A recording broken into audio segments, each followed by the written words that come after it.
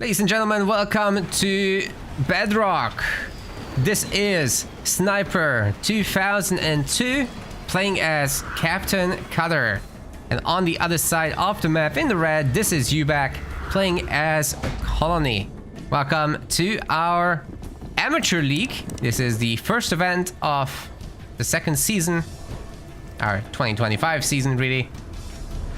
And 50 pounds are on the line. Not bad for some players that are still just starting out their journey into competitive Halo Wars 2. And you know, you could be one of them. I really highly encourage everybody that is interested in playing to join our Discord, make an account on our website, and watch out for announcements of Amateur League events.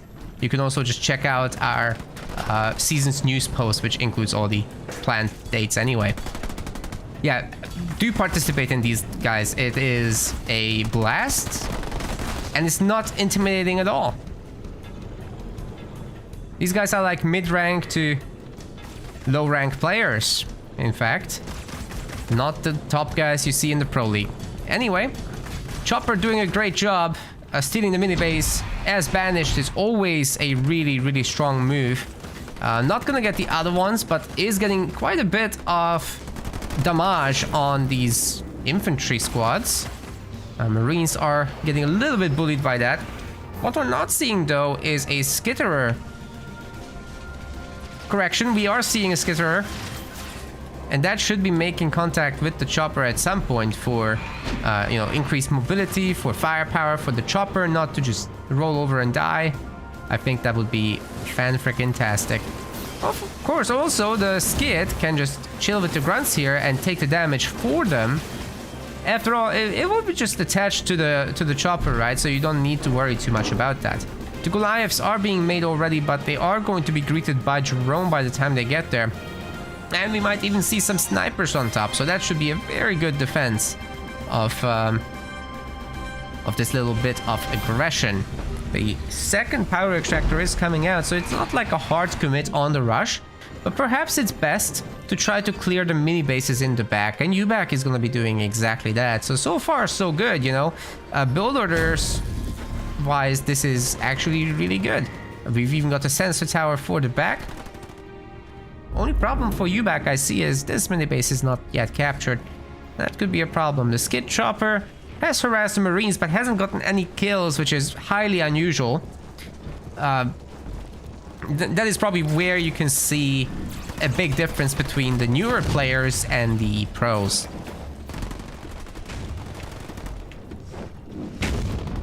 Anywho, one Marine's already working on the Goliath, but certainly cannot stop two Goliaths. A Hellbringer is the choice for Sniper.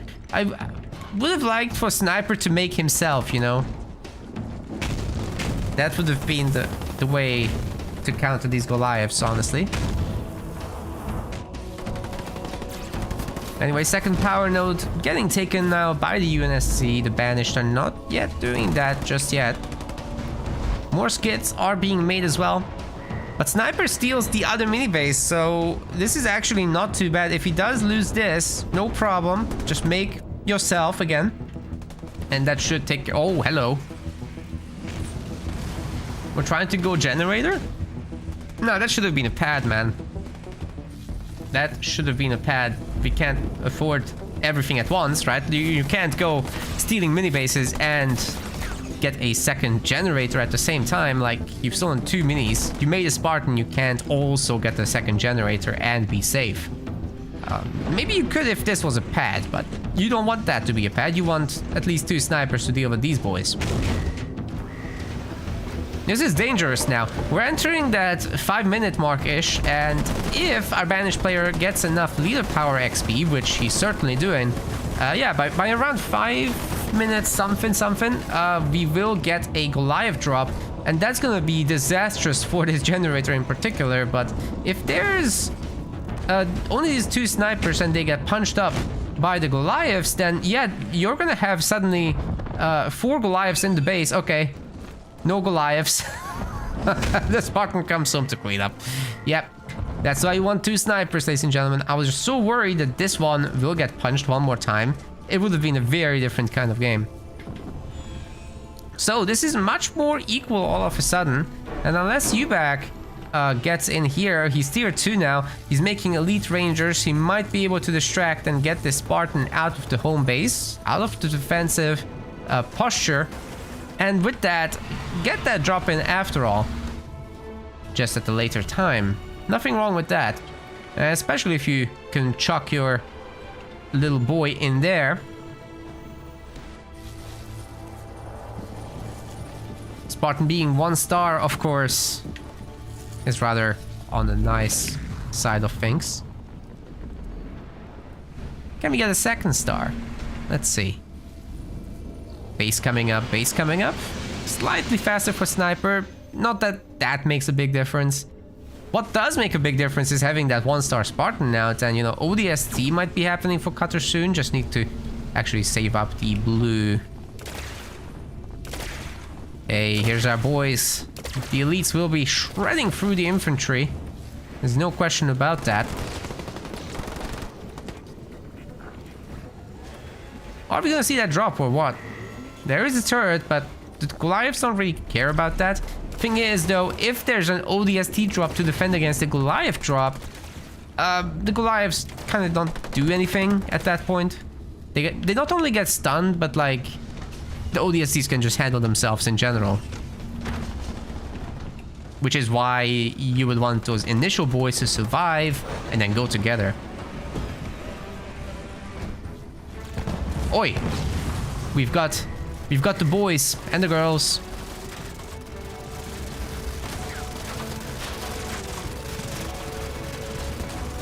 ODSTs will be taking this base down if the Hunter Capitano doesn't taunt them. Right? Now there's a heal.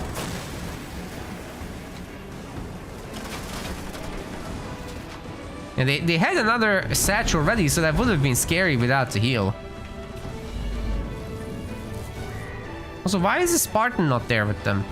I guess you don't want to fight the Capitano without the Spartan upgrades.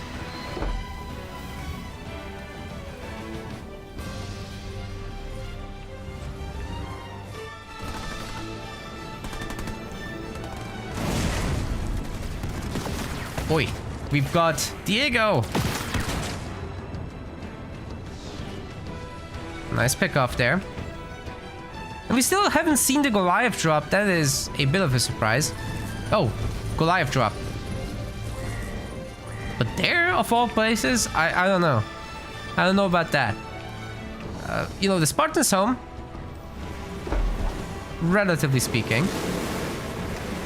So this could be a great old distraction, though. 2nd Goliath drop. What were these called? Is uBaq just stacking them? That's fun. I like it. This could be the distraction he was looking for. Time to hit the main, sir.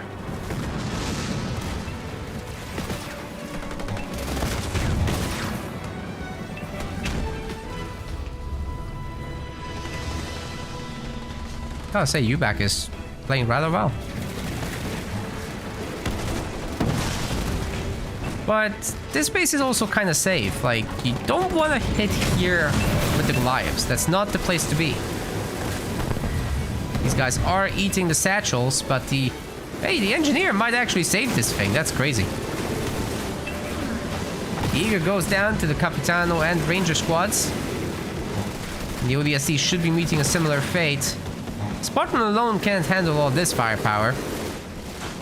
And if uBaq manages to save up for the big drop, for the devastating host, that's gonna be a huge problem for the Spartan. Sure, the Spartan can steal a Wraith, you know, just capture it, but what about everyone else? They'll be blasting him out of that thing. Unfortunate loss of the engineers there. Yeah, take down the Nightingale, and suddenly this is going to be a very different kind of encounter. Hunter Captain has insane range, so it's always making sense to get that on. Make use of that.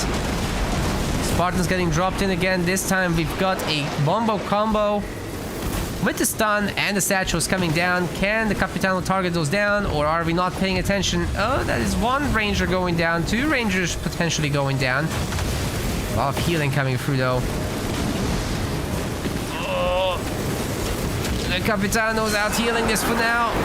Momentarily when the Spartan shields are off, he's starting to siphon, so there's more healing yet to come. But this is just too much firepower, ladies and gentlemen. Hunter Capitano is dead if there's no teleport. There is no teleport. He's toast. So, Spartan and boys have defended. We can see some more Nightingales to head out this army and heal up everybody, especially the Spartan. Could use the healing, so I think the last unit here should be definitely that. Followed by population upgrades. But what's uBaq gonna do? He's got 14 population. Is he gonna try to defend with just Devastating Host? If the Spartan has time and there's not much backup, then the Spartan can just take all of them over. That's not great. Don't want to be there. Don't want to be that guy.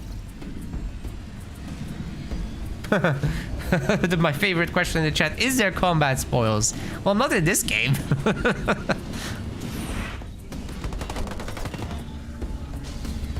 Not in this game, but in the tournament, yeah, sure. More these players can do whatever they want in our current league, and I think it's okay.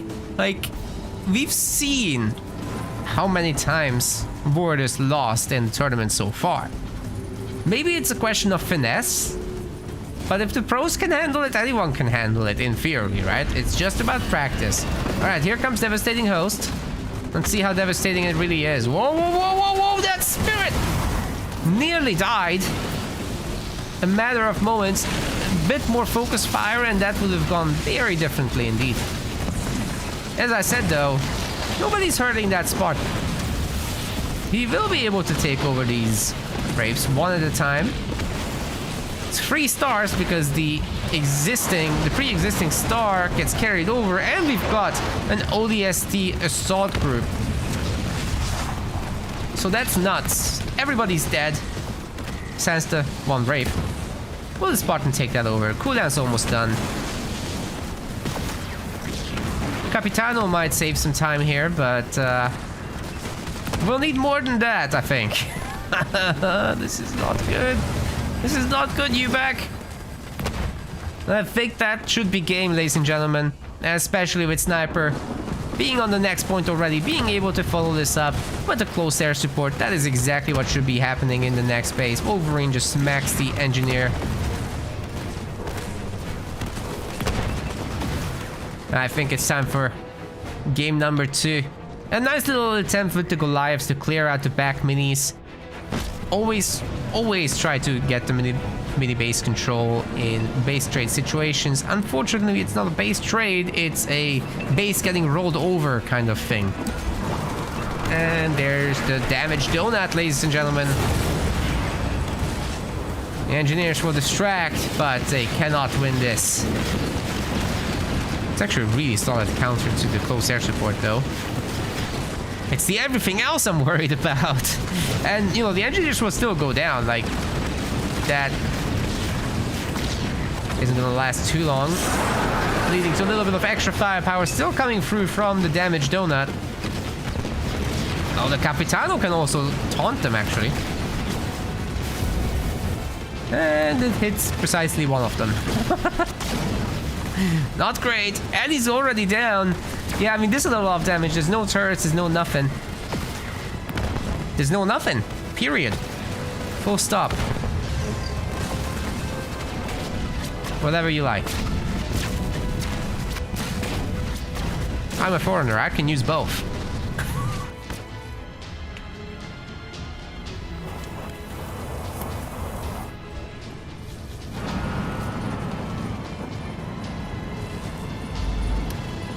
Three stars. It's better than 0. Oh, so many Diegos. Love it.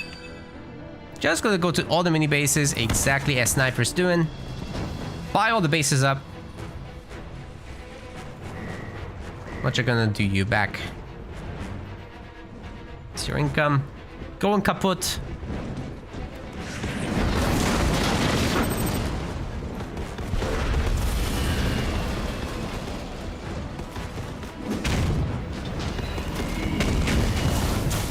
And that should be it. Methinks. Hey, we got a subscription from Matt Timeo, I just noticed. Thanks very much. Appreciate your kind support. Very dominant mid-game from Sniper, but the start looked a little bit awkward. Like, uBaq could have turned this around. I think he has a chance in the series. Let's see. Alright, ladies and gentlemen, we've got ourselves our game 2 in the blue color. This is Sniper 2002, playing as Forge. On the other side of the map, we've got uBaq, playing as Atriox. This is a really solid pick from both sides. Should lead to a very powerful tier 2 for both.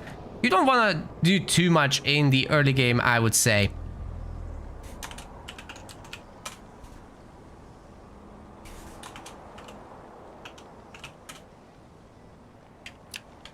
Really just power up, get your second base, go tier 2 with 2 generators, take some power nodes, have some minor skirmishes, but don't commit to anything too hard.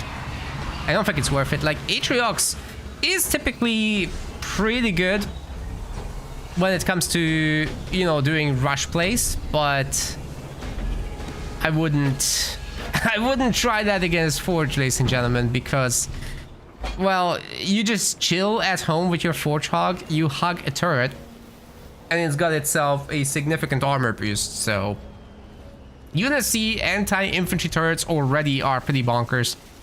There's no need to push your luck. However, we've got a bit of a barracks play, so we might see some early snipers here from our Forge player.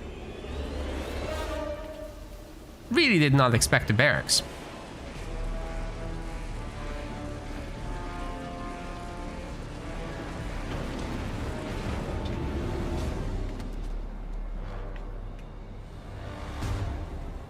Now the Marines going on the other side of the map take some blue. That's it.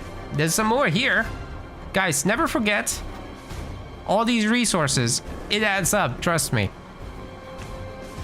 If you pick up a little bit more than your opponent, you suddenly buy another base and you barely feel it.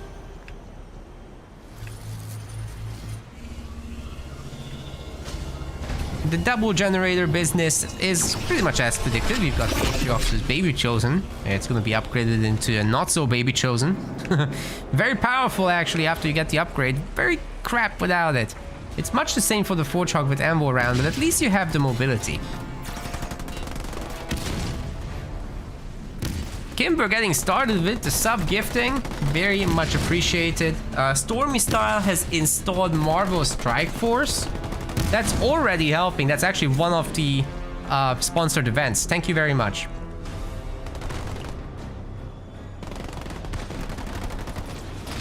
Are we seeing some wiggles there? Oi! uBaq wiggling. Wiggle, wiggle. I love it. Did not expect the wiggles in the Amateur League. Yeah, it's all Marine Sniper. Following the Chosen, the Forge Hog, excuse me. And we should be seeing this generator upgrade sooner rather than later, as with Forge's perks, you can do that cheaply. No reason not to. Alright, so we should have, like, what? 2 snipers at the very least? That's what I saw, at least. With the third one coming out, this Chosen is gonna be in trouble if engaging all 3 at once. So that is what we should be seeing from our UNSC friends here. And the Marines could separate and just go for the middle power node. Already a 2-to-1 advantage. Should push that. That's a dead sniper though over there. I mean, not the player, the unit. He keeps making himself.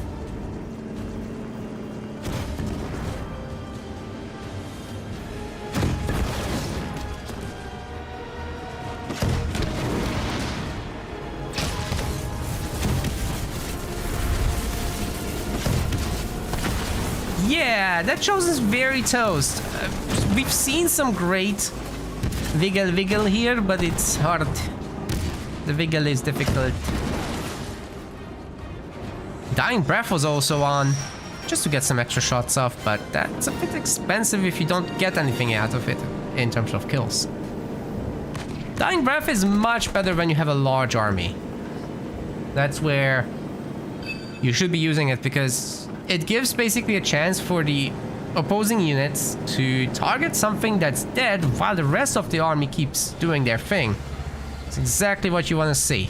Now, on third point, this Forge army is going to be terrifying because you can just go straight into the main. There's going to be nothing to stop them. You can drop your bombas onto these double generators and the army will be there to back it up. Is that a spirit support? Yo. Why are we doing a spirit support? We need to defend against the bombas. Strangely, the power picks from uBaq. Guys, you have to go Bulwark against Forge. Come on. The invulnerability window of that allows you to sit through the bombardment, right? And get out mostly unscathed. That's what you want to be doing.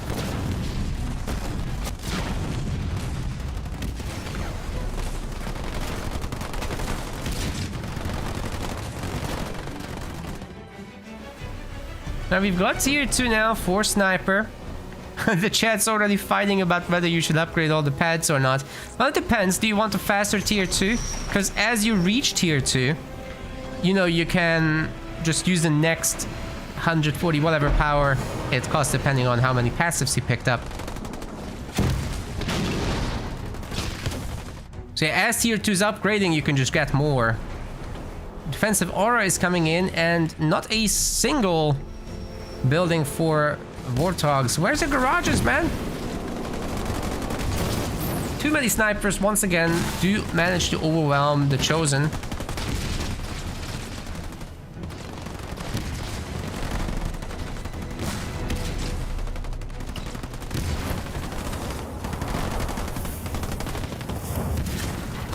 There's really not much here to stop the UNSC from doing UNSC things. uBaq has to constantly remake his Chosen just to stand a chance, but where's the bombas? Come on, sniper. Let's see. See the scatter bomb.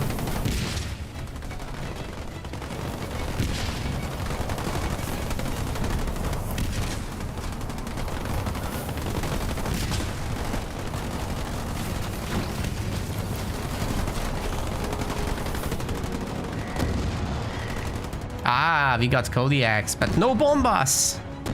I want the bombas. Finally, we got a garage. Could use more than one, though. I guess we're approaching the population limit, so maybe not. One thing you could do is just wait for another Kodiak drop, really. Ah, bombas. Yes, yes, give it to me.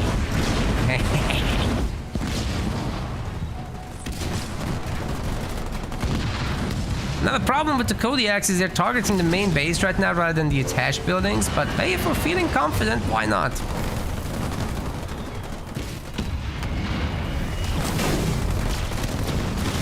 Heavy metal here to counter the suicide grunts.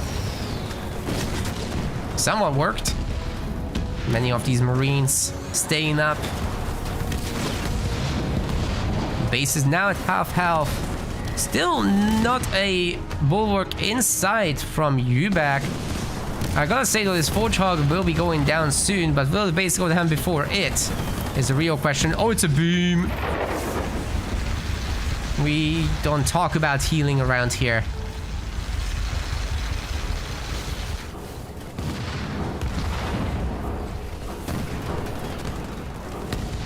And that's why you lose.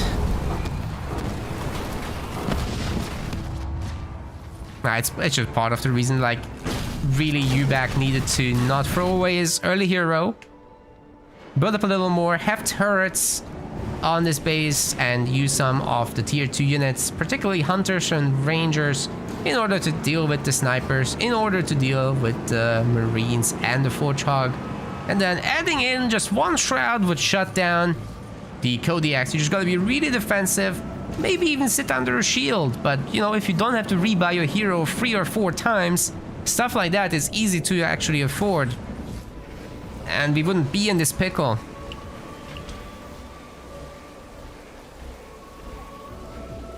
With that, we have got Sniper moving on to the next round. GG. We want to thank our MetaPlace website subscribers. Your contribution helps us keep the project sustainable.